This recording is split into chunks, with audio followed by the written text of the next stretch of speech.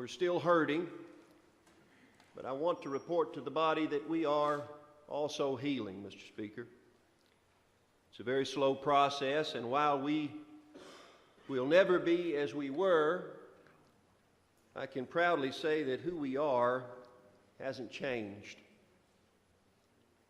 In the days after that January the 23rd tragedy at Marshall County High School, I began to meet with a number of people, educators, law enforcement officials, constituents, students, mental health professionals. I wanted to hear what they had to say about making our schools more open and safer, Mr. Speaker. One of the things that they told me is that our guidance counselors, Mr. Speaker, are currently overwhelmed. They're overwhelmed with trying to address their students' academic needs, testing scores. They just don't have the time to offer the support and the expertise that many students require beyond their studies. House Bill 604 addresses that problem. In its simplest form, it seeks to have a mental health professional for every 1,500 students in a school district.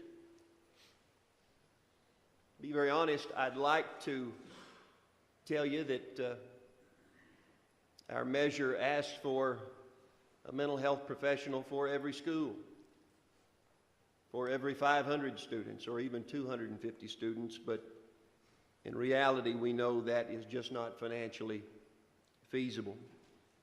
But at the very least, my bill gets us closer to that objective.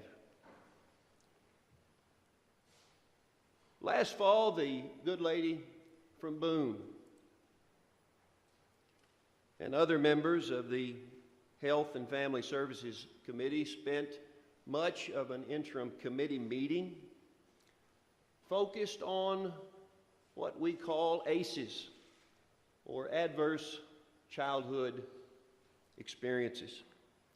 These ACEs include such things as divorce, the loss of a family member, substance or alcohol abuse, incarceration of a parent,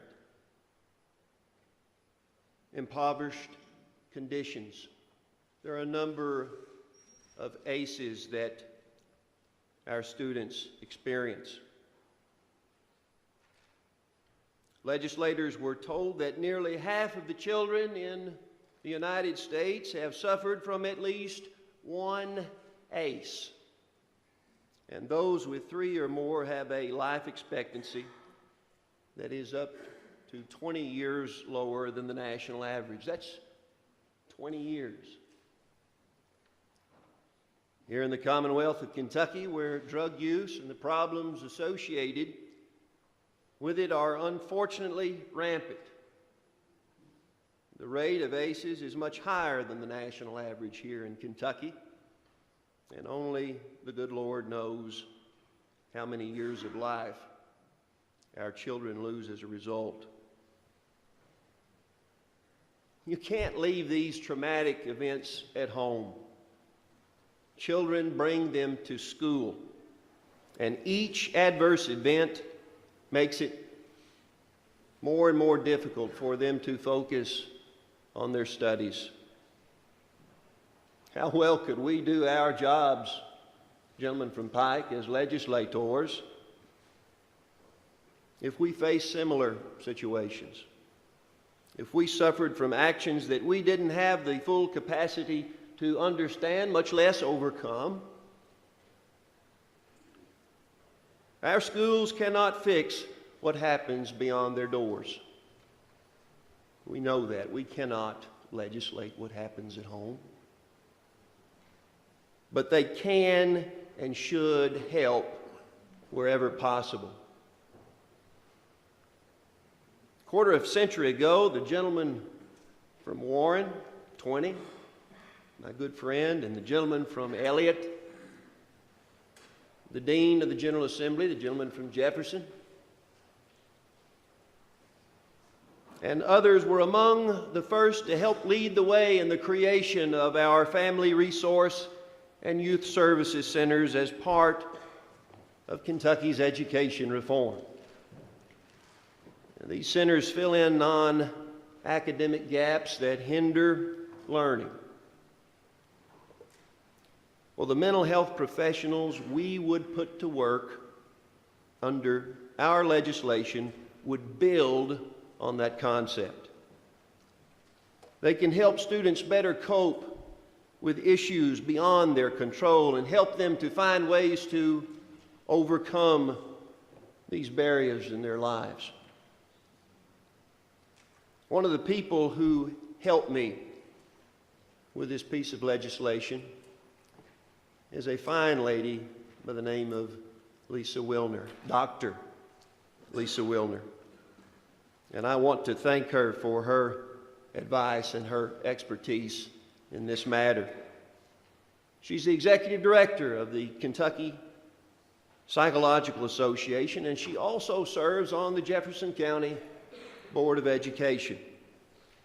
So she truly understands what this bill seeks to do. She said if we want to better tackle violence in our schools, we have to increase the students' sense of belonging. And I see some of you shaking your heads in the gallery. I know you understand that. The more they feel like they are wanted and respected, the more likely you will find a school where the students are better equipped to learn. You'll also find more students willing to come forward if they believe that someone is spiraling out of control and that there is an imminent threat to others. The mental health professionals would be on the front line in those cases, and others that may not present a threat, but are a problem in a child's life all the same, Mr. Speaker. They can also provide much needed training to school staff to help them better spot issues that may require attention. Here's what Education Commissioner Stephen Pruitt said this week on similar legislation being considered at the federal level. Until we address this core issue, the social and emotional well-being of our children, and give our teachers, school staff, and students the tools they are asking for and need, we are destined to repeat school tragedies like we have experienced in our state and around the country. House Bill 604 addresses that core issue by giving us a tool we need to improve the well-being of our children. I want to thank the gentleman from McCracken for serving as this bill's primary co-sponsor. His district, as you may recall, faced a similar tragedy some 20 years ago. He too understands why this bill is desperately needed. As chair of our Chamber's Appropriations and Revenue Committee, he also is in a good position to advocate for the necessary funding our schools need to make this bill a reality. My sincere hope is that we can find the money in this budget or through other means to bring these men and women into our schools as soon as possible so that they can begin to make a difference, ladies and gentlemen.